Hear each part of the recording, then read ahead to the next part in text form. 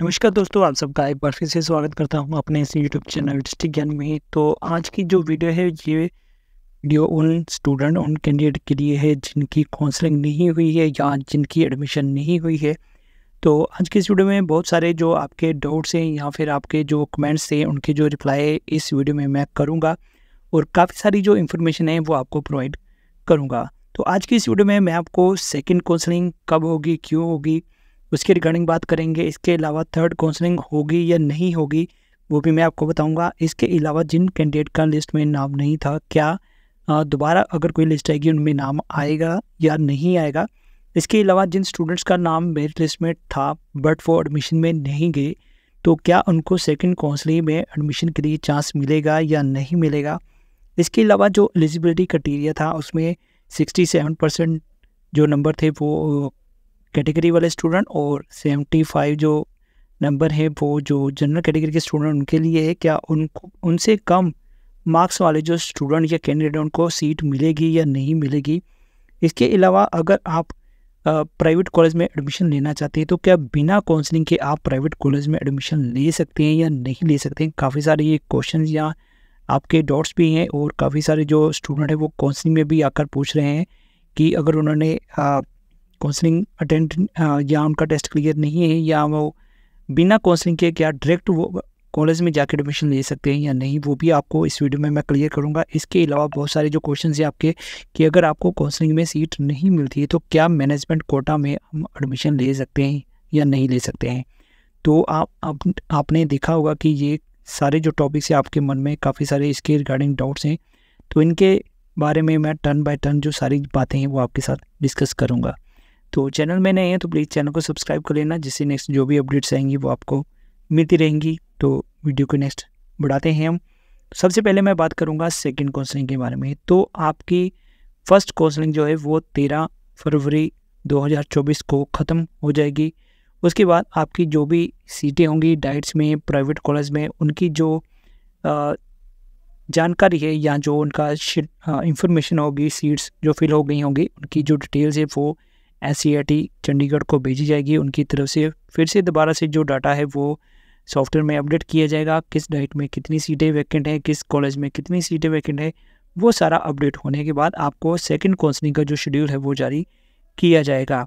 तो इतना मैं बता दूं कि काफ़ी सारी जो सीटें हैं जनरल कैटेगरी में भी हैं, BC में भी हैं, SC कैटेगरी में तो कुछ सीटें ही रह गई हैं, बट जो अदर कैटेगरी की सीटें हैं वहाँ पर भी कुछ जो सीटें हैं वो रह जाती हैं। तो इसलिए आपकी जो सेकंड काउंसलिंग है वो ज़रूर होगी, क्योंकि जो डाइट्स या कॉलेज हैं वहाँ पर जो सीटें हैं वो फिल करनी होती है। तो इसलिए आपको जो सेकंड काउंसलिंग में बुलाया जाएगा। और अब क्वेश्चन आता है कि क्या सेकंड काउंसलिंग में आपका चांस आएगा या नहीं आएगा, आपको बुलाया जाएगा या नहीं बुलाया जाएगा, वो भी नेक्स्ट मैं क्लियर करूँगा। तो उससे पहले जैसे मैंने पॉइंट आपको बताया था कि थर्ड काउंसलिंग होगी या नहीं होगी, ये भी क्वेश्चन पूछा गया था। तो सेकंड काउंसलिंग तो आपकी होगी, ज़रूर होगी। अब बात आती है थर्ड काउंसलिंग। तो अगर सेकंड काउंसलिंग में भी सीटें फुल नहीं होती हैं या सीटें फिल नहीं होती हैं तो थर्ड काउंसलिंग भी होगी। तो कई बार ऐसा भी हुआ है, 3 काउंसलिंग भी हुई हैं, तो 3 काउंसलिंग में भी जो सीटें हैं वो फिल हुई हैं डाइट्स में या प्राइवेट कॉलेज में। वो डिपेंड करता है कि अगर सारी सीटें फुल हो जाती हैं तो फिर कोई काउंसलिंग नहीं होगी थर्ड। अगर रह जाती हैं कुछ सीटें तो थर्ड काउंसलिंग भी करवाई जाती है NCERT की तरफ से। अब मैं बात करूंगा कि जिन कैंडिडेट्स का नाम लिस्ट में नहीं आया तो वो अब क्या करें। कुछ क्वेश्चन आ रहे हैं कि उनका पहले लिस्ट में नाम था बट जो रिवाइज लिस्ट है उसमें नाम नहीं है। तो अगर सेकंड काउंसलिंग होती है और डिपार्टमेंट की तरफ से जो मेरिट लिस्ट है उसको रिवाइज़ किया जाता है तो मे भी जिन कैंडिडेट का नाम लिस्ट में नहीं है उनका नाम जो है वो आ सकता है। इसलिए अब आपको जो सेकंड लिस्ट आएगी या जो सेकंड काउंसलिंग होगी उसकी वेट करनी पड़ेगी। तो जैसे ही मुझे सेकंड काउंसलिंग या सेकंड लिस्ट के बारे में अपडेट पता चलेगी या कोई इन्फॉर्मेशन आएगी NCERT की तरफ से तो मैं आपको एक वीडियो के ज़रिए ज़रूर अपडेट करवा दूंगा।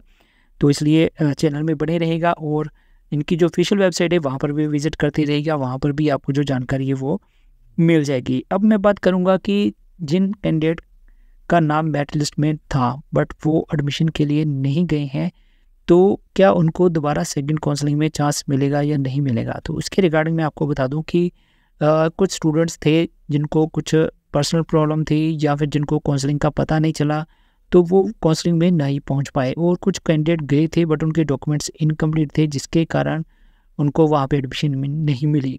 कुछ स्टूडेंट ऐसे थे जो काउंसलिंग में गए थे बट चॉइस कंसिडरेशन ना होने के कारण उन्होंने डिनाई कर दिया था।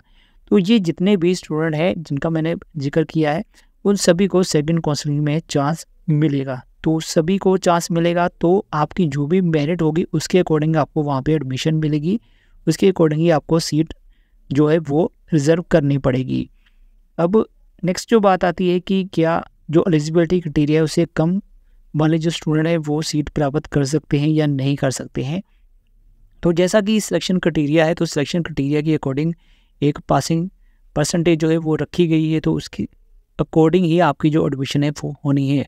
तो अगर सीटें फुल नहीं होती हैं जितना भी एलिजिबिलिटी क्राइटेरिया है तो जो मेरिट परसेंटेज है उसको कम किया जा सकता है। बट जो मुझे लगता है कि काफ़ी सारे जो स्टूडेंट्स हैं अभी भी पेंडिंग में है, यानी कि जो मेरिट लिस्ट के अकॉर्डिंग काउंसलिंग में नहीं गए थे या फिर जो कैंडिडेट अपीयर्ड हैं यानी कि पास हैं जो वो अभी भी वेटिंग में हैं। तो जो स्टूडेंट्स वेटिंग में हैं तो उनको चांस मिल सकता है।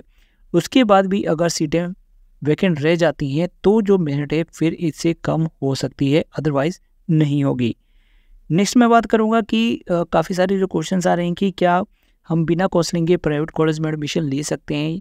तो इसका मैं रिप्लाई यही करूँगा कि कोई भी कैंडिडेट या कोई भी स्टूडेंट किसी भी प्राइवेट कॉलेज में बिना काउंसलिंग के एडमिशन नहीं ले सकता है। अगर आपको डाइट में जाना है या फिर प्राइवेट कॉलेज में एडमिशन लेनी है तो आपको काउंसलिंग अटेंड करनी पड़ेगी। काउंसलिंग अटेंड करने के बाद आपको चाहे डाइट में जाना है चाहे प्राइवेट कॉलेज में जाना है, वो कॉलेज या जो डाइट है वो आपको सिलेक्ट करनी पड़ेगी। उसके अकॉर्डिंग ही आपको जो सीट अलॉटमेंट है वो होती है और आपकी जो सीट है वो रिजर्व हो जाती है। नेक्स्ट अब हम बात करेंगे कि आपके क्वेश्चन ऐसे आते हैं कि अगर प्राइवेट कॉलेज है तो वहाँ पर नॉन मैनेजमेंट कोटा में जो 60% सीटें हैं वो फिल हो रही हैं काउंसलिंग में, तो जो 40% सीटें हैं उनका क्या है, वो मैनेजमेंट कोटा में कैसे फिल होंगी। तो यहाँ पर मैं आपको बता दूँ कि जब पहले ETT में एडमिशन होती थी तो 12th पास एडमिशन होती थी, यानी कि जो 12th पास हो जाते थे उनका कोई टेस्ट नहीं होता था, उनकी एक मेरिट बनती थी।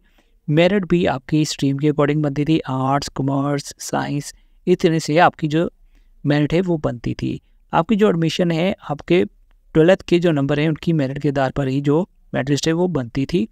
और जो मैनेजमेंट कोटा होता है उसमें जैसे कि मेरिट ही बनती है, उसमें कोई एंट्रेंस एग्ज़ाम नहीं होता है, तो इसलिए मैनेजमेंट कोटा अपनी तरफ से जो भी मेरिट में आते हैं या जिन्होंने ETT में एडमिशन के लिए फॉर्म फिल किया था, अगर वो एडमिशन लेने जाते हैं तो उनको मैनेजमेंट कोटा में एडमिशन मिल जाती थी। बट इस बार जो नया सिस्टम हुआ है कि आपका एंट्रेंस एग्ज़ाम हुआ है तो एंट्रेंस एग्ज़ाम में जो कैंडिडेट मेरिट में आए हैं उनको ही एडमिशन जो है वो मिल रही है, या फिर जो पासिंग क्राइटेरिया है जिन्होंने क्लियर किया है उनको ही एडमिशन मिल रही है।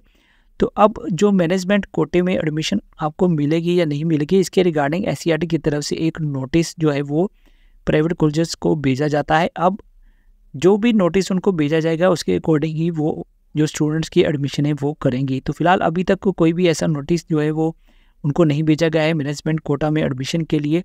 तो पहले जो काउंसलिंग होगी उसमें प्राइवेट कॉलेज की 60% सीटें फुल होंगी, उसके बाद डाइट में फुल होंगी, उसके बाद ही जो मैनेजमेंट कोटा है उसमें जो भी SCERT की तरफ से जो इंस्ट्रक्शन जारी होंगी उसके अकॉर्डिंग ही वो अपनी जो सीटें हैं वो फिल करेंगे।